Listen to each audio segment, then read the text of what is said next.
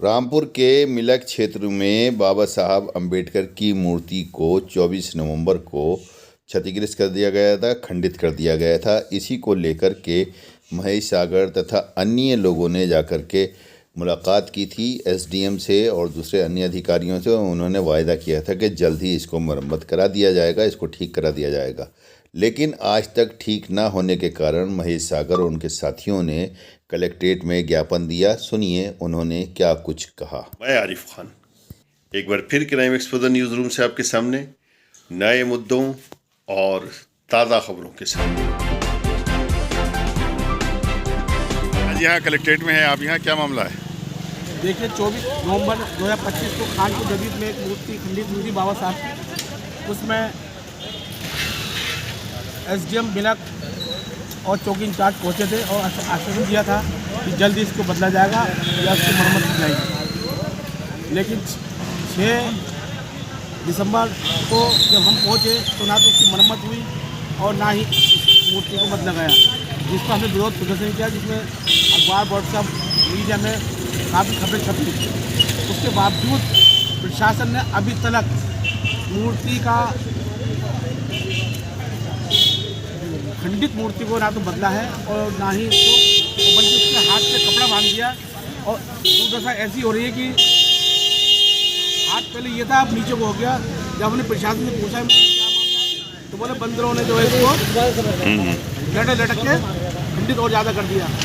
तो मैं जानना चाहता हूँ प्रशासन की क्या जिम्मेदारी है कि बाबा साहब जिन्होंने भारतीय संविधान के रचयिता रहे और दलित के साथ साथ बैकवर्ड मुस्लिम महिलाओं आदि को न्याय दिलाने में उन्होंने संपूर्ण जीवन लगा दिया, तो क्या उनकी मूर्ति को एक ही समाज के लोग देखेंगे? सब समाज के लोग जब चुनाव आता है और बातें आती हैं तब तो लोग कहते हैं कि बाबा साहब बहुत महान थे, ये थे। आज बाबा साहब की मूर्ति खंडित पड़ी है और किसी को कोई फिक्र नहीं है। मेरा अनुरोध है डीएम साहब से कि एसडीएम मिलक के खिलाफ कार्रवाई करें, क्योंकि एसडीएम मिलक ने जो आश्वासन दिया वो पूरा नहीं किया।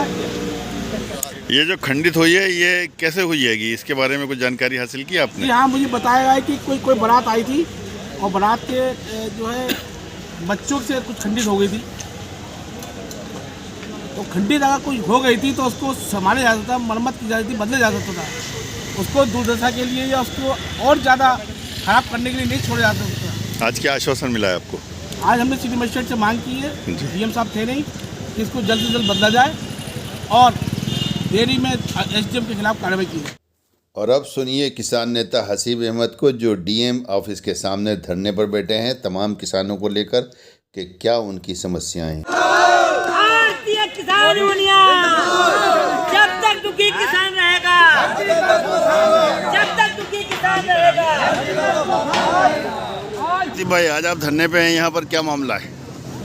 हाँ, किसानों की समस्याओं को लेकर धरने पर हैं। पिछली 25 तारीख को हमने ज्ञापन दिया था जी, जो किसानों की तमाम समस्याएं थी और सबसे बड़ी समस्या थी छुट्टा जानवरों की। तो हमने कहा था कि अगर 15 तारीख तक किसानों की समस्याओं का समाधान नहीं हुआ तो हम 15 तारीख को धरना देंगे।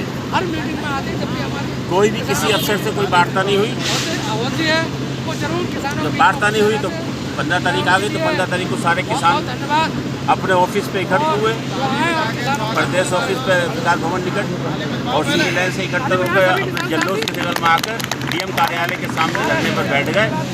हमारी समस्याएं हैं, जब तक समाधान नहीं होगा जब तक हम बैठे रहेंगे। किसानों की समस्या है, इतना छुट्टा जानवर हो गया। जब गवर्नमेंट ने सारी सहूलत दे दी, गौशाला बनवा दी, उसके सारा पैसा गवर्नमेंट ने लगा दिया, तो इन्हें पूरे पकड़वा कर गौशाला में छोड़ने की क्यों नहीं छोड़ रहे? छोड़ना चाहिए। जब गवर्नमेंट की सारी सुविधाएं आपको मिल गई, तमाम गौशाला बन गई, 14 गौशाला हैं जिले में, 14 गौशालाओं में कहीं नहीं है छुट्टा जानवर। ऐसी पता है भाई, आप उन गायों को पकड़वा कर अगर गौशाला भिजवा दोगे तो एक तो सुरक्षित हो जाएंगी वो खुद, और दूसरा ये किसान का बहुत बड़ा नुकसान होने से बच जाएगा। पूरा किसान पूरी रात सो नहीं रहा। दूसरा, जानवर इतने जानवर हो गए, बंदरों का आतंक कि 3 रुपये क्विंटल किसानों से गौशाला के नाम पर काटा जा रहा है। गन्ने में से भी धान में से भी अलग से भी चंदा दे रहा है, किसान दे रहा है, तब भी तुम गौशालाओं में गाय क्यों नहीं पकड़े, गौ वंश पकड़ के उन्हें डालना चाहिए भाई। जब गवर्नमेंट सारी सुविधा है तो उसी के लिए बैठे पड़े सबसे ज़्यादा, तो यही सबसे बड़ी समस्या है किसानों की। इस संबंध में आपने संबंधित अधिकारी से बात की है? हमने 25 तारीख को ज्ञापन दिया था। अच्छा ठीक, तो उसके बाद में 25 तारीख को उस बाद में कोई उसका कोई ऑप्शन नहीं हुआ, कोई किसी से वार्ता नहीं हुई, किसी को किसान को बुलाया ही नहीं गया। अब ये धरना आपका कब तक चलेगा? ये तो चलता रहेगा जब तक किसानों की समस्या समाधान नहीं होता। आर पार की लड़ाई है। आर पार की लड़ाई। पक्ष बेखौफ और बेबाक खबरें देखने के लिए crime exposure Rampur YouTube channel को सब्सक्राइब कीजिए। नोटिफिकेशन पाने के लिए बेल आइकन ज़रूर दबाइए और क्राइम एक्सपोजर अखबार भी मांगिए।